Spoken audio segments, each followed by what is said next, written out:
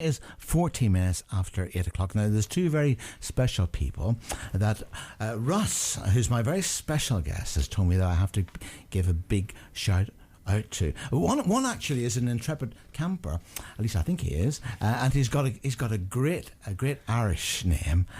That would be Finlay. So good morning to you, Finlay, and don't you worry, I'm saying you as well, and Daddy wants to give you a big shout out, don't you? Yeah, absolutely. Just to say, I love you, my boy, and have a great time on your trip away. We'll be thinking of you lots. Now the thing is have both of your kids, have they both got the same entrepreneurial spirit that was clearly in you as a kid? Yeah, I think they're definitely showing the early signs. Let's put it that way. Well, have a great time when you can, Finlay, and it's like we'll play some nice music for you a wee bit in a moment after I've talked to Daddy for a while. Now, Daddy, I've been reading your bio, and it made me laugh actually, because it seemed to me that you were obviously born with a cash register in your hand. You know, where did the whole entrepreneurial thing come from? Your dad had a hotel, was it? He did. Yeah, there was actually in the article it said hotels. Actually, he had a pub, so I lived above a pub for kind of all of my life. Actually, family of very hard-working people. I kind of saw that from a very early age. When I was a young boy, if I kind of wanted to sort of earn some money, they'd get me sweeping the car park and doing various things to kind of for a reward. To do that. Absolutely. And so I think from a very early age that was kind of ingrained in me. After that I kind of went on along and did sort of paper rounds and things, as we were talking about earlier today, and I think it just sort of grew from there. Now the other thing that made me laugh really was when you went to school and you got involved with selling sweeties. Yes. But you didn't get sort of applauded for that, did you? No. I got in big trouble actually. I was told that I shouldn't do it. In fairness, it was a business studies project. I probably should have stopped it after the week or so that we were doing that. But so what was so bad about it though? I don't know. I don't think they liked the thought of me making some extra money on the side. Perhaps that it wasn't set up through them. I'm not Maybe sure. if it had been in this day and age, you'd have been doing stocks and shares in his lessons. Yeah. I mean, it was great at the time. It made some pocket money for me and things. And but it's interesting, isn't it? Because things have changed. I think a lot. Because I think that when people are, I was never very hugely academic myself. I don't know about you, but I always loved wheeling and dealing and business and that sort of thing, and selling and so on. And of course, now that you've established Top Cat Media, but you were in a whole range of jobs that was involved in selling and marketing and all that sort of thing. Absolutely. Yeah. So did all of that younger day experience set you up for that? Yeah, absolutely. I think I was exactly the same as you. Actually, school wasn't really my thing at the time. I was kind of itching to get out and start working. Started my career very, very early on, working for local press. Got some good kind of sales experience working with them. Moved on to positions in radio. Worked for the Yellow Pages for quite some time. Gosh, I remember Yellow Pages. Yeah. Let your fingers do the walking. Right. And this was back in the book days. When you had that huge book. I remember. And, after that, as the media industry kind of developed and growed, I kind of moved more into digital positions and so on and so forth, which was kind of what I did just before Top Cat Media, which, unbeknown at the time, it kind of laid the foundations for what I do at Top Cat now. Being a full service media company, we've got good experience in all of those areas which we can then help our clients with, which is a good thing. Well, selling advertising space is not an easy job, isn't it? I remember because I worked for Belfast Telegraph newspapers myself for a while, and I'll impress you now. The problem with an ad is to attract and hold the maximum economic number of the right kind of people while a selling story is being told and a correct action and reaction induced. You've got it well remembered. I went to a training course in Newcastle on Tyne. This is way back. I've never forgotten that. It was drilled into you. Yeah. He got the maxim all right, but he was useless at the job. Is that why you do radio presenting? You don't know how true that is. Brilliant. But obviously, you've established Top Cat Media. Tell something about it. Obviously, if we were to walk into where your premises are right now, what would we encounter?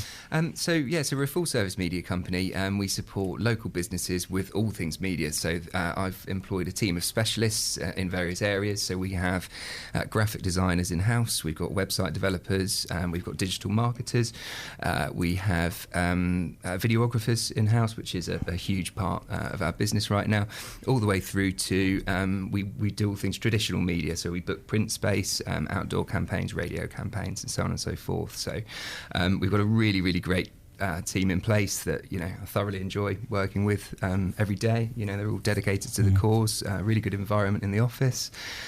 We managed to purchase a warehouse over in Southbourne coming up to about 3 years ago now, actually. And we have kind of built our own in-house video studio in there that has like an infinity cove, green screen facility, and, you know, anything that you need to create really nice visual content for. So it's a total one-stop shop, really. Absolutely, yeah, absolutely. And I think that's what our clients like about it. So if they need some graphic design done, we're at the end of the phone. If they need their social media pages managed, you know, we're there to help them with that. You know, obviously, clearly everything with Google these days, people want a good position on that platform. So we support businesses in those areas as well. And that's what's helped us grow over time. We work with over 200 clients across the South Coast now. And I think, you know, because of that reason, that's helped us attract more business, and, you know, it's kind of grown from there. Which is, well, I suppose if you do one really good job for one client, you know. Yeah. But let's talk about the early days, because I mean, it's one thing selling advertising space and radio commercials, all that sort of thing, but actually to make the transition, you know, to set that leap, to make the investment for your own business, can be quite scary. Absolutely. What cast your mind back to the beginning. What was it like? I mean, what made you decide, you know, I'm going to do this for myself now? Yeah, well, I always had this kind of concept in my mind. It was something that I wanted to do for many years. I was in a really good and enjoyable position previously. Good salary? Good salary, good money. I could have kind of sat there. The website we were working on kind of looked after itself, but I kind of got to the point where I needed to kind of challenge myself further. I kind of felt that, you know, if I was going to grow something decent for myself and my family, I wanted to kind of go out there and do it myself, really. And so I took the plunge. It was a bit of a risk at the time. My kids were very young, but I thought in some ways, because of that, it kind of gave me that extra drive to ensure that it was a success. So as you can imagine, in the early days, it was plenty of calls and meetings and late nights. And, well, you would have had quite a bit of connection through your previous jobs, exactly. That's certainly helped. You know, I've been in the area since I was kind of 5 years old, so that's helped me grow the business. I've got a lot of contacts in the area, not just with kind of publishers and so on and so forth, but local business owners as well. So that kind of gave me a platform. And yeah, we're just working with some really great people these days. They kind of believe in what we do. They trust in you know, our vision for their brands, and you know, they stuck with us, and it's helped them. You know? So do you have to spend a fair bit of time getting to know your client? You do, yeah, absolutely. Initially, it's kind of what it's all about. Like, clearly, we work with businesses in various industries, so hospitality, corporate, you know, you kind of name it. We've probably got a client in that area, but you have to engross yourself in that set industry. Clearly, they're the specialists, so we learn a lot from them at the same time. But we are the specialists in our area, so we kind of combine the two, and more often than not, it's worked well. So we're in a new era now, aren't we? We moved into the situation where we're going to come out of the European Union and stuff like that. So what's the business environment like in the South at the moment? Yeah, I mean, you know, obviously you hear a lot of these like horrific stories in newspapers and so on and so forth.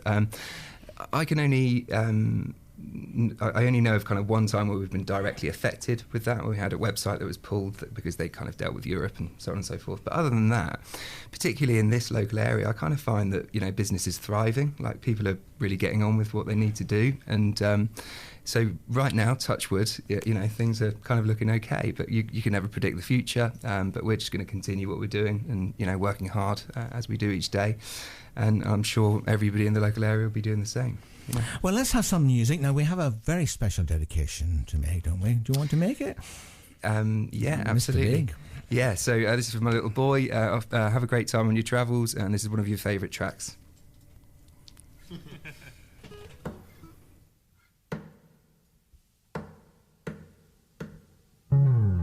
Hold on, little girl. Show me what he's done to you. Stand up, little girl. Broken heart can't be that bad when it's through. Fake the twist of both of you. So come on, baby,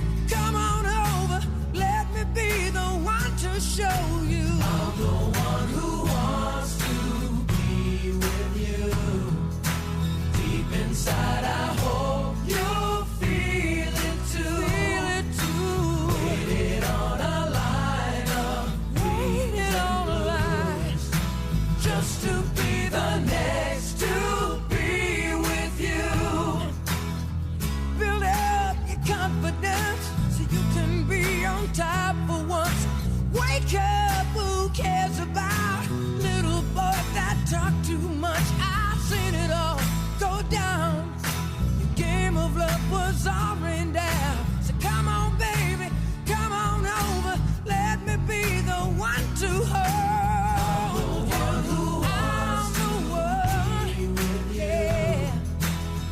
Inside, I hope you feel it too. Feel it too.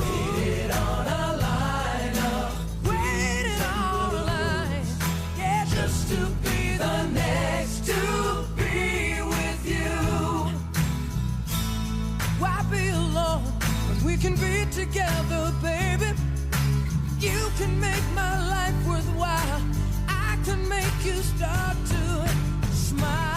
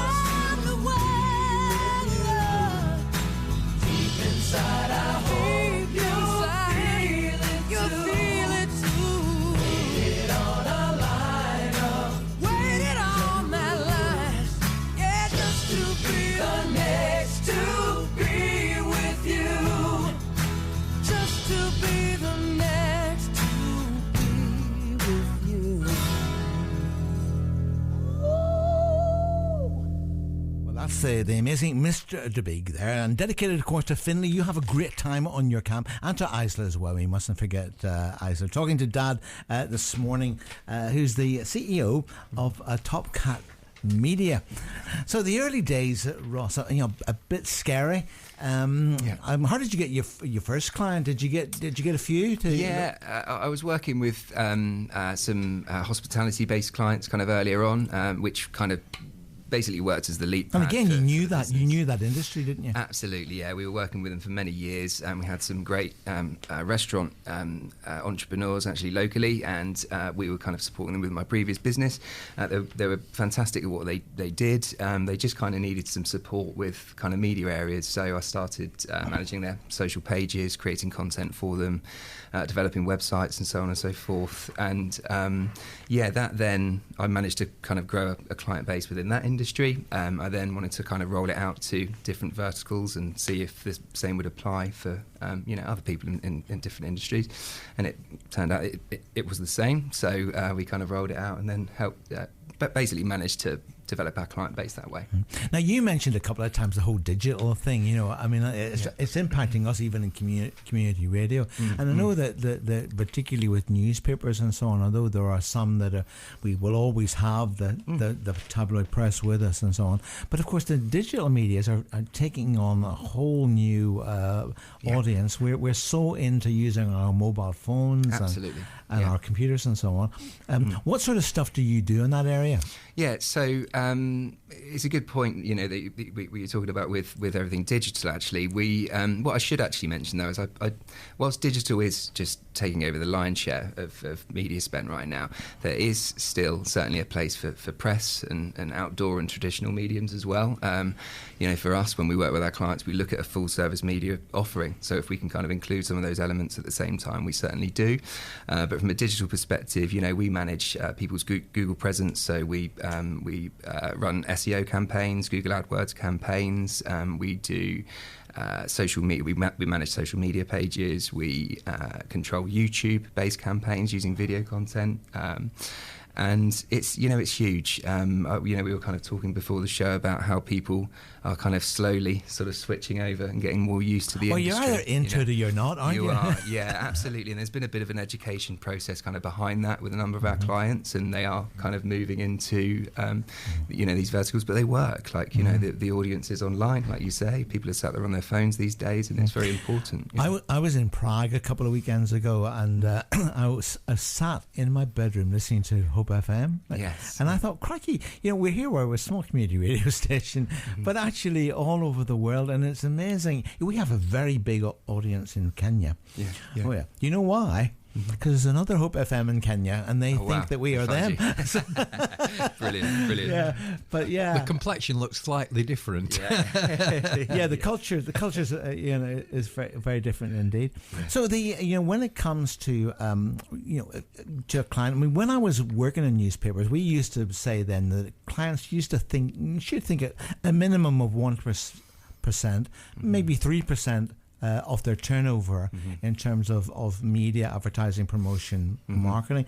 What sort of percentage do you sort of? I mean, if I was your client and you and I had lots of money and I had an advertising budget, what would you be recommending to me in terms of spend? Well, yeah, I mean, like you were saying about the 1% things. I mean, I would say minimum you'd be looking at 10%. I think that's what you need to reinvest in kind of reaching your audiences, particularly because of the volume of platforms that are out there right now as well. You need to ensure that you've got a presence across all of them, and clearly you've got to make sure that you've got the budget to be able to do that. Yeah, because the comparison, of course, is when things are tough, Americans pour even more percentage into marketing, whereas we tend to pull back on advertising when things are rough. Yeah. So it is a difficult balance. But have companies become, and are they becoming increasingly more conscious of the fact that actually you need to use the multiple platforms, pertinent, of course, to whatever their particular business is? I think absolutely. I think right now with the current economy as it is, it's very important for businesses to be different. I think they need to be closer to their customers. They need to be just not running with the kind of same advertising mediums that they've always done. You need to stand out from your competitors, and in the current climate, there's no better time to do that. It's a big opportunity, actually. So if you can do it well, you'll be exposed further. And do you have shops as clients? Because that is one of the biggest challenges, isn't it? We've often talked on the programme about the challenge of the high street. So what about shops? So we've got a number of retailers on our books. I mentioned earlier about some of the campaigns that we work with that are full service, and they're shifting from traditional media into digital. I won't mention any names, but we work with a couple of guys, like one of them in particular. They're a very large retailer. They've got 5 stores across Dorset and Hampshire. Well, they did have 4, but they opened a new store April of last year. Well, that's good news. Which, in the retail climate is unheard of. They're doing well.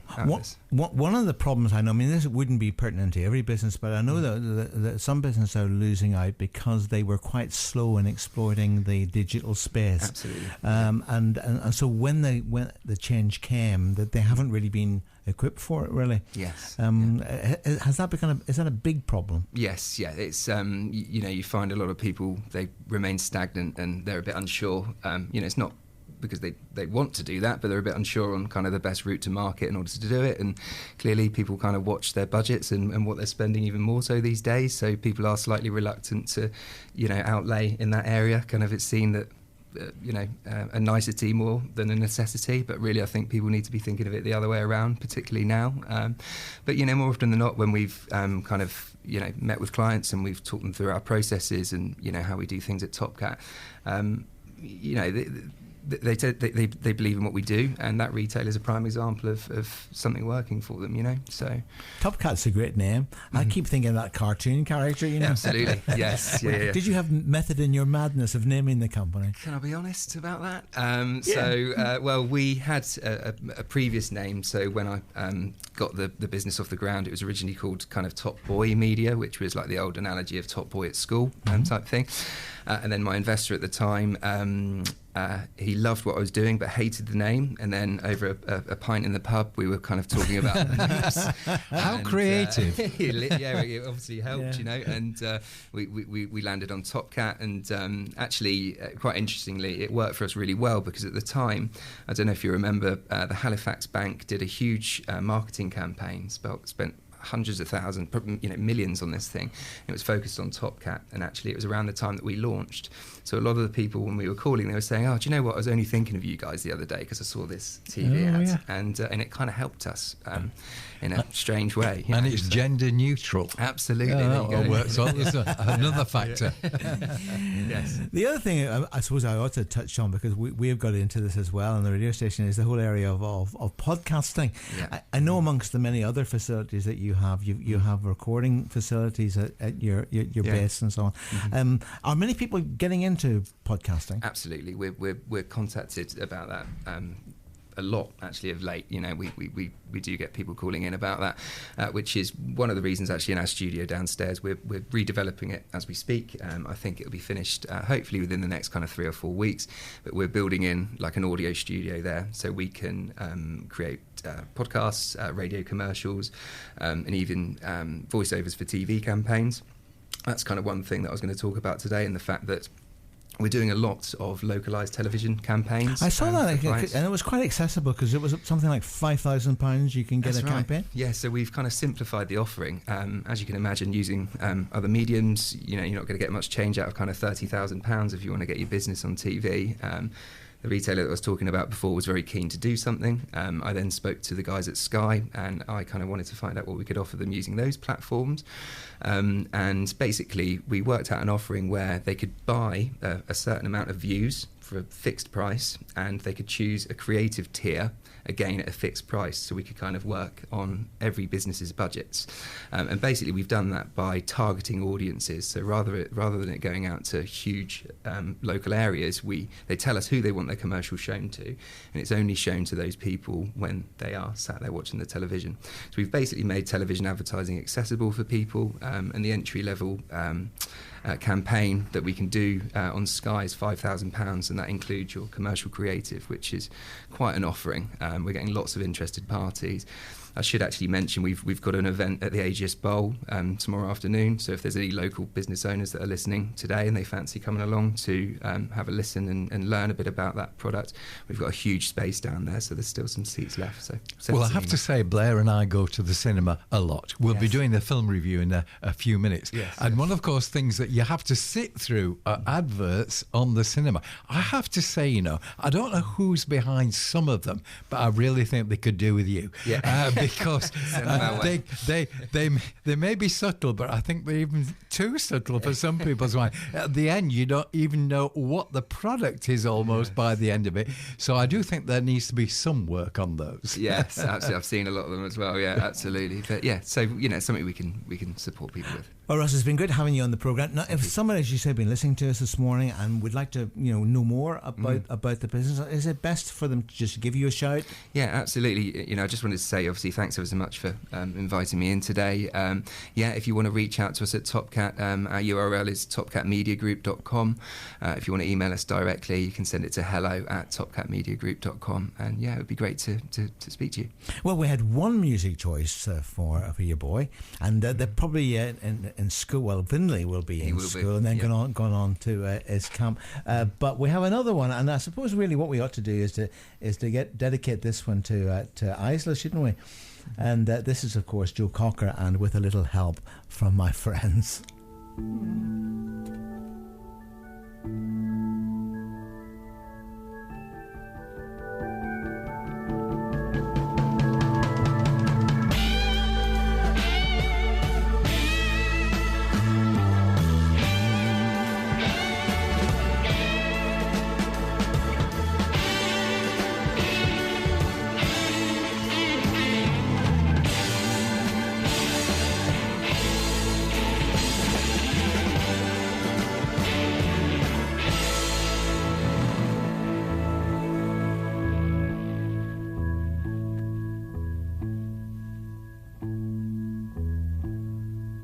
What would you do if I sang out of tune, would you stand up and walk out on me?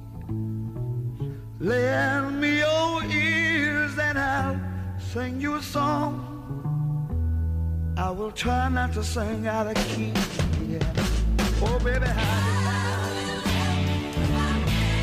all I need is my brother. I say I'm gonna get high.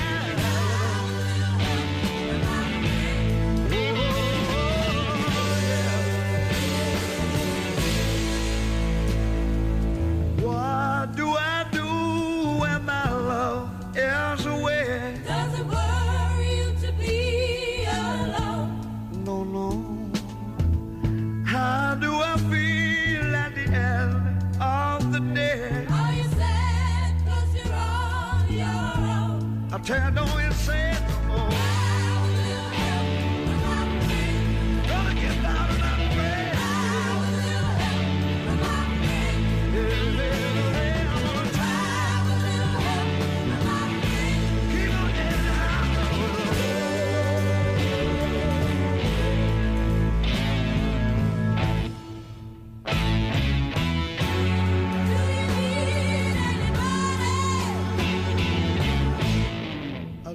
Someone to love.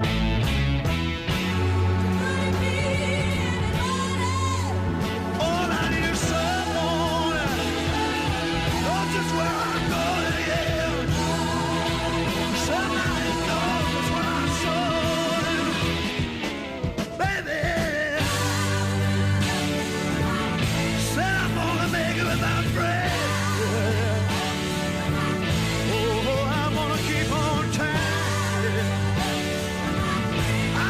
Keep on trying.